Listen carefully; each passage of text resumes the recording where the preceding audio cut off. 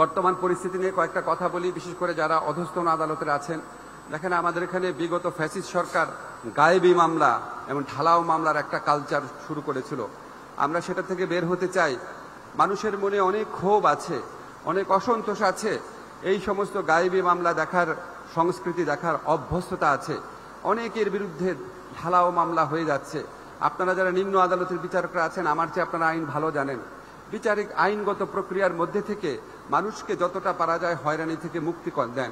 এত খারাপ অভিযোগ, এত জঘন্য অভিযোগ বিচারালয় না, বাংলাদেশের ঘরে ঘরে পৌঁছে যায় যে এই বিচারকে এই ধরনের বদনাম আছে। বিচারপতিরা যদি তাদের কাছে বিচার চাইতে আসে মানুষ, তারা বিব্রত বোধ করেন। কেন বিব্রত বোধ করেন? আপনি বিব্রত বোধ করবেন একমাত্র আপনার ভাই বোন আসলে। আপনি তো বিচার প্রার্থী মানুষ, কোথাও বিচার না পেয়ে আপনার কাছে এসেছে, আপনি কিভাবে বিব্রত বোধ করেন? আপনারা বর্তমানের প্রধান উপদেষ্টা ডক্টর ইউনূসের মামলা আর্জি গ্রহণ করতে বিব্রত বোধ করেছিলেন। আপনাদেরকে কেন করেছিলেন? আপনার এটা দায়িত্ব না? আপনার এটা সাংবিধানিক দায়িত্ব না? আপনি শুনে রিজেক্ট করে দেন, শুনে রিজেক্ট করেন, সমস্যা নাই। আপনি শুনবেনই না। আপনারা এগুলি একটু বিবেচনা করেন। আপনাদের এখানে অনেক ভালো বিচারপতি আছেন, আপনাদের সুনাম কিছু বিচারপতির কারণে ক্ষুণ্ণ হয়েছে। এগুলি আর করেন না। মানুষ বোকা না, মানুষের প্রত্যেকের বিচার বুদ্ধি আছে, প্রত্যেকের ঘরে ঘরে এইসব প্রশ্ন আলোচিত হতো। আজকে আমি আপনাদের কাছে জাস্ট কনভে করলাম জিনিসগুলা।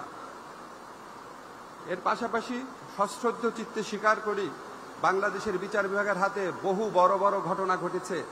গণতন্ত্র ফিরে এসেছে এবং অবৈধ সংশোধনী চ্যালেঞ্জ হয়েছে। আমি ব্যক্তিগতভাবে এই উচ্চ আদালতে কয়েকবার ন্যায় বিচার পেয়েছি, অনেকে পেয়েছেন। অনেক সময় আপনারা রাজনৈতিক নিপীড়ন থেকে রক্ষা করার জন্য জামিনের ব্যবস্থা করেছেন, সব করেছেন। কিন্তু আমার একটা প্রশ্ন কি, মানে আমার ব্যক্তিগতভাবে মনে হয় আমাদের সবচেয়ে বেশি পরিশুদ্ধ, সবচেয়ে বেশি দায়িত্বশীল, সবচেয়ে বেশি অ্যাকাউন্টেবল প্রতিষ্ঠান হওয়া উচিত বিচার বিভাগের। অন্য যে যাই করুক, বিচার বিভাগ ঠিক থাকলে আপনি দেখেন ট্রাম্প তার যে নিয়োজিত উচ্চ আদালতের বিচারক, তাদের কাছে কি সব ক্ষেত্রে প্রত্যাশা মতো রায় পেয়েছেন? পান নাই। তার দলের লোককে নিয়োগ দিয়েছেন, পান নাই। যখন আপনি বিচারক হন, আপনার ভূমিকা হচ্ছে ইহকালে সৃষ্টিকর্তা পরকালে যে কাজ করে সেই কাজের কাছাকাছি একটা কিছু, সেটা বিবেচনায় রাখবেন। আর সুযোগ সুবিধার কথা বলেছেন, একটা জিনিস আমি বিশ্বাস করি, অবশ্যই সুযোগ সুবিধার প্রশ্ন আছে। ইতিমধ্যে আমি আপনাদের জানাতে চাই, 140টি নতুন ডিস্ট্রিক্ট জাজ পদ সৃষ্টি করার জন্য আমরা আইন মন্ত্রণালয় থেকে উদ্যোগ নিয়েছি। আমার ধারণা এটাতে আপনাদের পদোন্নতির যে জটিলতা আছে সেটা কিছুটা হলেও কেটে যাবে। নবতায়ন একটা বড় ইস্যু। ব্যক্তিগতভাবে আমার মনে হয় গাড়ি আসলে মানে এই যে পর্যায়ে এখন দেওয়া হয় তাদের কাউকেই দেওয়া উচিত হয় নাই। কেন হয় নাই? এটা একটা গরিব দেশ।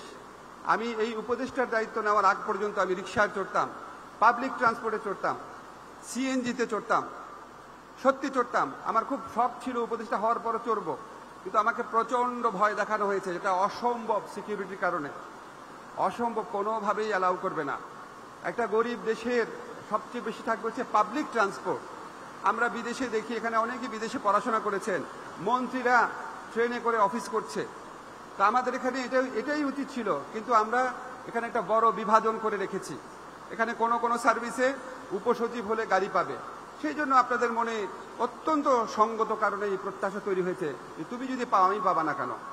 তো আমিও আপনাদের সাথে একমত, গাড়ি যদি তারাও পায়, অবশ্যই সমমর্যাদা যারা আছেন অবশ্যই যৌক্তিকভাবে আপনার এটা দাবিদার। তবে আমি আমার নিজস্ব বিশ্বাস, যদি কখনো আমরা সবাই মিলেই এটা ত্যাগ করতে পারি।